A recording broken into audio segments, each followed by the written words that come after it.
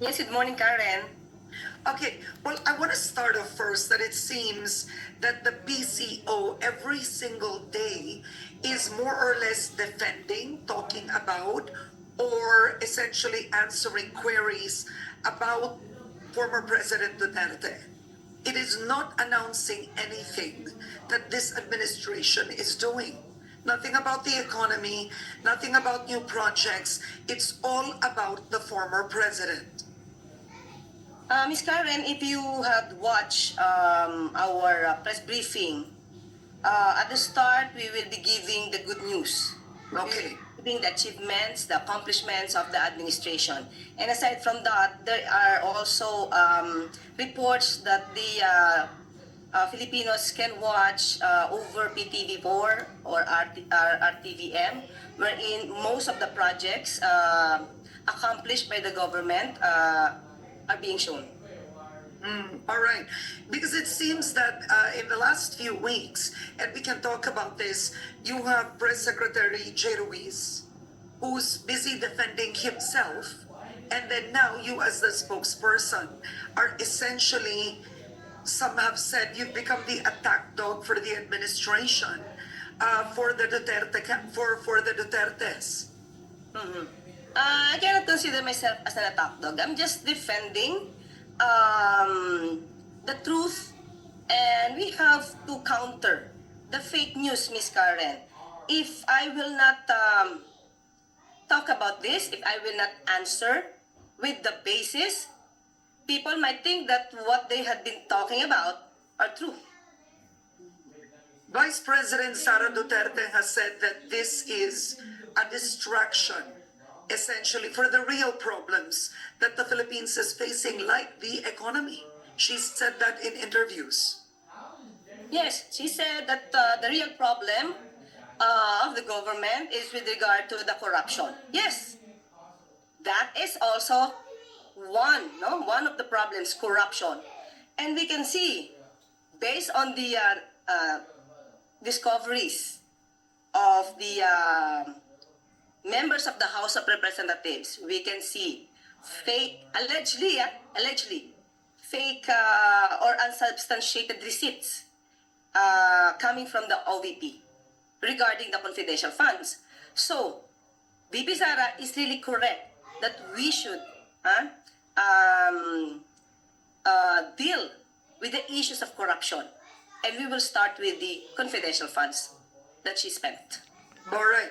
Okay, so let's move to that already before I ask about the OCG. Now, a list of more dubious recipients have been found. Names like Dodonggan, J. Kamote, Migi Mango. Ito yung mga pangalan, no? Mga prutas, mga pagkain, ang pangalan ng mga recipients of these supposed confidential funds. What do you make of this, and how does this move forward? If you can see, more similar receipts had been discovered, had been examined. And I think, Miss Karen, at this point in time, This review, we sa should tingin also niyo, look back. magkano ba dito sa How did babaeng to VP ng Sara mga spent Marcos? her huge confidential funds at the time that she was then a mayor? She received at least 60 million for 4 years during her time. So how did she spend for that? She revealed during one of the Senate hearings that she spent it for libreng sakay, libreng meals, magnegosyo teday. But those projects were not supposed to be the projects were in confidential funds should be spent with. So maybe she is into this kind of transactions. She maybe did not imagine that it will come to this point that all her receipts may be put into question. So, Attorney Castro, I mean, I know that you've just been appointed recently, but let's talk about now the relationship between Marcos and the Dutertes. Some critics have said it's now existential in nature, right?